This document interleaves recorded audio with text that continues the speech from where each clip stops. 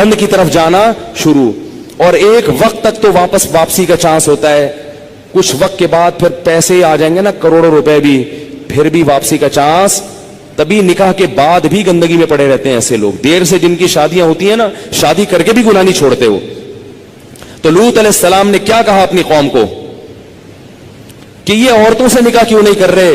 قوم جواب میں کہہ رہی ہے ما لنا فی بناتک من حق, ہمیں عورت سے نکاح میں دلچسپی ختم نہیں ہے.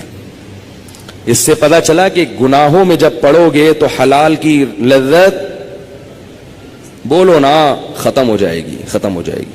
اور یہی ہو رہا ہے ہمارے معاشرے. بیویاں گھر میں بیٹھی ہوئی ہیں اور منہ کالے ہو رہے ہیں باہر جا کے.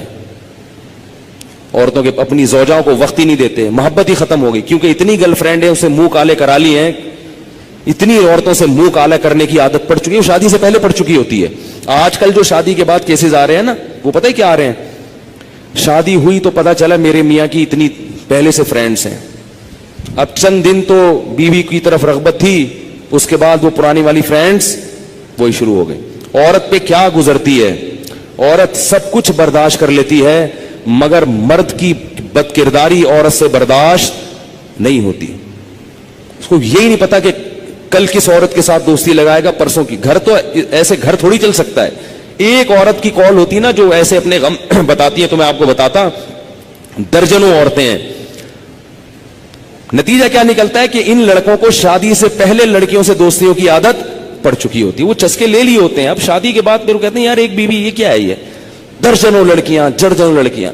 پہلے ہی سے جب بچہ بالغ ہو تو والدین کو اللہ کا واسطہ دے کے کہتا ہوں اپنے بیٹوں کی بیٹیوں کی فکر کرو. بچہ بالغ ہو, برائیوں میں پڑنے سے پہلے اسے اس کو گھر بار پہ لگا دو. اتنا نیک شریف نکلے گا, دیکھو آپ دعائیں دو گے مجھے, ایسا پیارا بچہ نکلے گا آپ کا, تھوڑے دن میں اس کی اولاد ہو جائے گی, میاں بیوی بچہ, وہ اسی میں مشغول ہو جائیں گے. اس کے کیونکہ اللہ نے انسان کے دل میں فطری طور پر گناہ سے نفرت رکھی ہے. جب اس کی حلال طریقے سے تسکین ہو جائے گی تو فطری طور پر اس کا طبیعت جائے گی نہیں گناہ کی طرف. میرے جو بزرگ ہیں, میرے مشائخ ہیں, 13 سال کی عمر میں ان کی شادیاں ہوئی تھیں. ایسی پاکیزہ زندگی انہوں نے گزاری ہے. میرے جو بزرگ ہیں, میں ان کی بات کر رہا ہوں, 13 سال 14 سال میں ان کی شادیاں ہوئی ہیں, ایسے پاکیزہ زندگی. تو میڈیا تمہیں جہنم کی آگ کی طرف لے کے جائے.